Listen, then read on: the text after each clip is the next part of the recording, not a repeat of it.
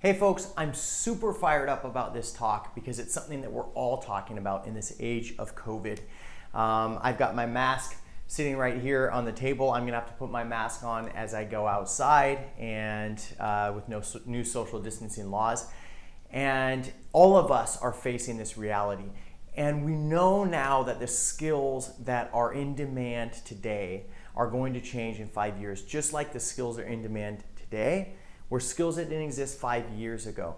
And I'm super fired up to really talk about project problem-based learning as being the #1 way to reach those skills. But first, let's look at what those skills are. I've got my computer opened up and I'm looking at this list. And back in 2015, creativity was number 10 on the list. Okay, so I'm gonna put that, creativity. Definitely a skill that we need. I'm looking at 2025, creativity bumps up to spot number 5. And in 2020, it was in spot number 3, but I'm gonna share what the top spot is because that's changed. Another one that we're looking at, a big skill, is critical thinking.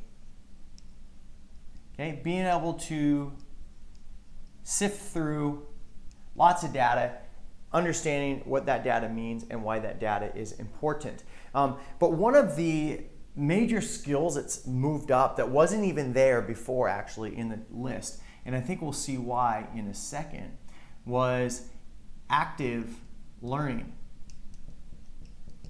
Active learning was not even a skill on the list in 2015, and now active learning is actually number 2. It's the number 2 skill for 2025. But the #1 skill for 2025 is innovation, #1.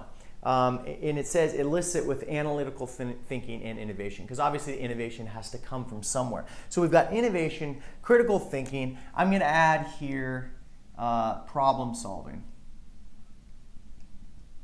Now, what fires me up is because all schools have identified this. All education institutions know how important this is. They're in this dilemma. They know kids can learn anytime, anywhere. But the thing is, they don't really have a Swiss Army knife for these things. So they teach them in isolation. So they might have a one-off STEM, right? So usually for innovation, we're focusing on STEM. Okay, STEM's super important. But sometimes it lives in isolation. We teach them kids some programming skills. We bring in some robots and robotics. Okay, great. Critical thinking. You know, we have kids write essays. Okay, they write papers, they write essays, they're using their critical thinking. So we've isolated those skills. Creativity, you know, we usually say, hey, art and music. Hey, we got art and music classes. They totally have an opportunity to be creative. They're composing original music, composing original art pieces. And what that might look like. Problem solving, sometimes we link this to science in the scientific investigation. All right, so we wrote those up. Now, active learning, that's a new one. And that's something that sometimes at schools we don't do so well, right? Like, how do we basically learn something we didn't know or unlearn something that we did know that's not really useful anymore? And you know what? I'm going to draw, this is a very fat butterfly. I apologize. And it doesn't even look like a butterfly. It looks more like a bug. These wings were supposed to go together. Anyways, I digress. You know what I mean? This is the core that really can get to all of these things. The Swiss Army knife for 21st century skills or skills of the future. We're well into the 20th century. First century is PBL. Now, some people say project-based learning or problem-based learning. What's the difference? And what I say is there's not a big difference. If you're doing project-based learning well, you're probably tackling a problem. Now, I'm going to give you a case in point of a perfect example of why project-based learning is the #1 way to teach skills of the future. Case in point, 7th grade students were tasked with trying to figure out a way to improve the local water quality of the nearby river in which they lived. They had to conduct very detailed analysis and water samples. So they had to conduct a scientific investigation. So they were doing a bit of problem solving. So they're gathering all that, but they had to critically think what data is most important in terms of how do we actually make an improvement. So they had to prioritize and sift through that data to think about how to make an improvement.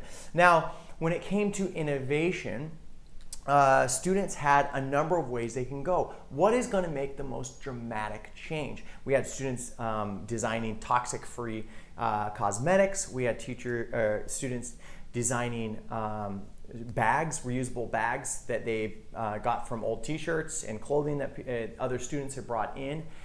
We had students designing bamboo bicycles. I mean, we had students doing all sorts of innovative things because that innovation was tied to the problem that we're addressing. The critical thinking with the water samples was tied directly to the problem that they're trying to solve. Now, active learning, what's great about active learning and how that comes in with project-based learning is some people think project-based learning has a time period, that has a time stamp of 6 weeks, and then they say, okay, it's been 6 weeks and now the project is done, let's move on.